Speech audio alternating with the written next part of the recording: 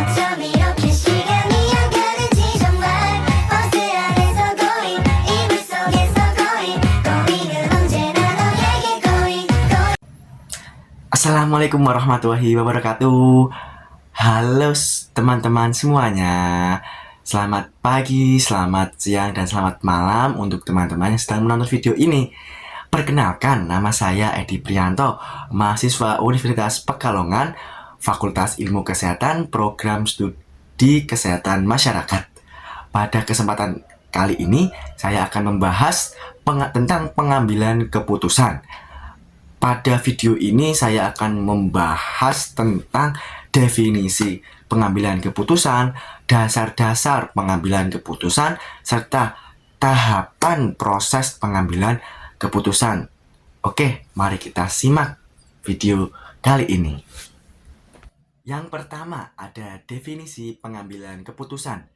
Pengambilan keputusan merupakan suatu proses pemikiran dan dari pemilihan alternatif yang akan dihasilkan mengenai prediksi ke depan dengan cara memilih salah satu alternatif dari beberapa alternatif yang ada. Pada intinya, pengambilan keputusan merupakan pemilihan yang didasarkan kriteria tertentu atas dua atau lebih alternatif yang mungkin. Jadi itu definisi dari pengambilan keputusan yang singkat, yaitu tadi ada pemilihan yang didasarkan dari kriteria tertentu atas dua pilihan alternatif atau lebih, teman-teman. Selanjutnya itu ada dasar-dasar pengambilan keputusan.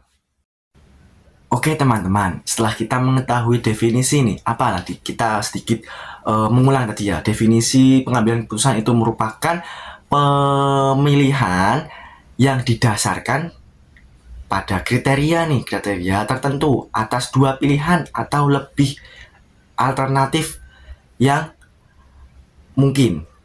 Nah, pada slide ini kita akan membahas tentang dasar-dasar pengambilan keputusan. Itu ada 5, teman-teman. Yang pertama itu ada intuisi, yang kedua itu ada pengalaman, yang ketiga ada fakta, yang keempat ada wewenang, dan yang kelima itu ada rasional atau logika. Rasional atau logika, teman-teman. Oke, yang pertama itu ada intuisi. Intuisi merupakan pengambilan keputusan yang didasarkan atas perasaan, memiliki sifat subjektif sehingga mudah terkena pengaruh. Jadi intuisi itu pada dasarnya itu menggunakan feel atau menggunakan rasa dalam pengambilan keputusan, teman-teman. Yang kedua itu ada pengalaman. Nah, pengambilan keputusan dengan dasar pengalaman ini memberikan manfaat pengetahuan yang praktis karena pengalaman seseorang dapat memperkirakan keadaan sesuatu, dapat diperhitungkan untuk rugi terhadap keputusan yang akan dihasilkan. Jadi pengalaman oleh seseorang itu sangat berharga dalam suatu pengambilan keputusan. Yang ketiga itu ada fakta. Pengambilan keputusan dasar fakta ini berdasarkan fakta dapat memberikan keputusan yang sehat, solid, dan baik. Karena apa? Karena dalam dasar pengambilan keputusan menggunakan fakta, kita sudah ada fakta atau sudah ada pegangan untuk mengambil keputusan berupa baik dari data ataupun sebagainya. Yang keempat itu ada wewenang, teman-teman. Wewenang biasanya dilakukan oleh pemimpin terhadap bawahannya atau orang yang lebih tinggi kedudukannya kepada orang yang lebih rendah kedudukannya. Jadi ini biasanya digunakan oleh seorang pemimpin jabatan gitu dalam proses pengambilan keputusan. Yang terakhir, yang kelima itu ada logika atau rasional, teman-teman.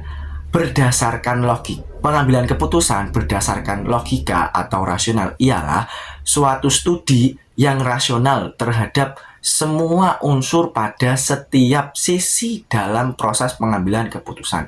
Jadi dalam proses pengambilan keputusan kita menggunakan sisi logika atau rasional untuk mengambil keputusan, teman-teman. Oke, selanjutnya teman-teman, pada slide ini saya akan membahas tentang tahapan proses pengambilan keputusan.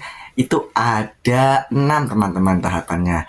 Yang pertama itu ada perumusan masalah, yang kedua ada pengumpulan dan penganalisis data. Yang ketiga itu ada pembuatan alternatif kebijakan. Yang keempat ada pemilihan salah satu alternatif terbaik. Yang kelima itu ada pelaksanaan keputusan. Yang keenam yaitu monitoring dan evaluasi hasil pelaksanaan. Oke, poin yang pertama ada perumusan masalah. Jadi kita ibaratkan saya seorang pemimpin, jadi saya dalam merumuskan masalah itu harus melibatkan seluruh anggota saya. Karena apa? Karena dalam perumusan masalah ini kita sebagai seorang pemimpin juga harus mempertimbangkan masalah-masalah berdasarkan sudut pandang orang tertentu. Jadi nggak etis dong kalau saya seorang pemimpin mengambil keputusan secara sepihak. Padahal masalah itu dapat dilihat dengan sudut pandang yang berbeda. Maka dari itu dalam perumusan masalah ini semua anggota harus datang untuk memusyawarahkan hal tersebut. Yang kedua itu ada pengumpulan dan penganalisis data. Nah, pengumpulan dan penganalisan data itu membantu untuk memecahkan masalah yang ada. Yaitu yang pertama itu ada pengumpulan fakta, pengumpulan penemuan ide, serta ada penemuan solusi. Jadi dalam sebuah pengambilan keputusan tentunya kita harus berdasarkan pada fakta yang ada.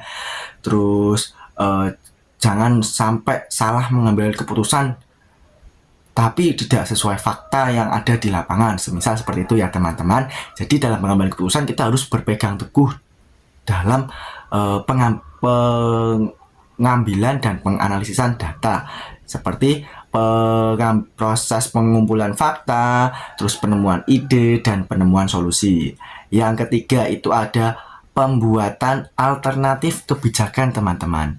Setelah masalah dirinci dengan tepat dan tersusun baik, maka perlu dipikirkan cara-cara pemecahannya nih teman-teman.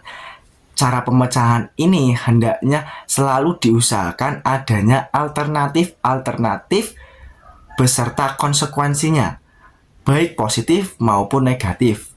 Oleh sebab itu, seorang pemimpin atau saya dalam hal ini dapat mengadakan perkiraan sebaik-baiknya.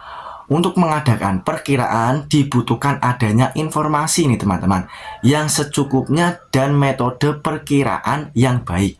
Perkiraan itu terdiri dari berbagai macam pengertian. Yang pertama ada perkiraan dalam arti proyeksi penggambaran. Perkiraan yang mengarah pada kecenderungan dari data yang telah terkumpul dan tersusun secara kronologis. Jadi tadi masih sangkut pautnya dari yang kedua itu pengumpulan dan penganalisis data.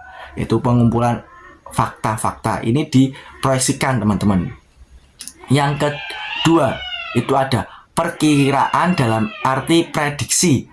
Perkiraan yang dilakukan dengan menggunakan analisis sebab akibat. Yang ketiga, perkiraan dalam arti konjeksi. Perkiraan yang didasarkan pada kekuatan intuisi, yaitu feel atau perasaan. Intuisi di sisi sifatnya subjektif, artinya tergantung dari kemampuan seseorang untuk mengolah perasaan atau feel rasa. Yang keempat itu ada pemilihan salah satu alternatif terbaik. Setelah kita menentukan alternatif kebijakan, tentunya kita harus memilih salah satu alternatif yang terbaik. Sebagai saya seorang pemimpin, tentunya kita juga harus membutuhkan saran-saran yang ada di lingkungan sekitar kita seperti masyarakat. Dalam kasus ini seperti dalam pengambilan keputusan untuk melaksanakan program kegiatan kesehatan yang ada di desa. Setelah kita merincikan program-program ini di desa, tentunya saya seorang pemimpin harus melaksanakan musyawarah masyarakat desa. Di dalam MMD tersebut kita akan menjelaskan tentang poin-poin dari program kegiatan tersebut. Lalu masyarakat diharapkan dapat membantu dalam pengambilan keputusan yang tepat dalam pengambilan program kegiatan kesehatan tersebut, teman-teman. Seperti itu. Kemudian yang kelima itu ada pelaksanaan keputusan. Pemimpin dalam arti ini saya harus mampu menerima dampak positif ataupun negatif. Jadi setelah kita mengambil keputusan satu nih, nah seorang pemimpin itu harus menerima dampak positif atau negatif. Apabila dampak yang diterima kita negatif, seorang pemimpin harus cepat dan tanggap, mempunyai alternatif lainnya. Jangan sampai negatif terus kita pasrah. Nanti kita dapat omelan dari masyarakat. Nah, seperti itu teman-teman. Kemudian yang keenam itu ada monitoring dan evaluasi hasil pelaksanaan. Yaitu pemimpin dapat mengukur dampak dari keputusan yang telah dibuat. Penilaian orang juga perlu diadakan. Terus faktor-faktor penentu yang akan dinilai harus diputuskan sejak awal dan tidak setelah pelaksanaan berjalan, teman-teman. Seperti itu ya, teman-teman. Saya kira itu cukup. Semoga penjelasan dari saya dapat memberikan manfaat kepada teman-teman yang menonton video ini. Dan saya juga meminta maaf apabila dalam perkataan saya terdapat kata-kata yang tidak mengenakan di hati penonton. Saya minta maaf. Sekian dari saya. Terima kasih. Wassalamualaikum warahmatullahi wabarakatuh. Dadah teman-teman semuanya.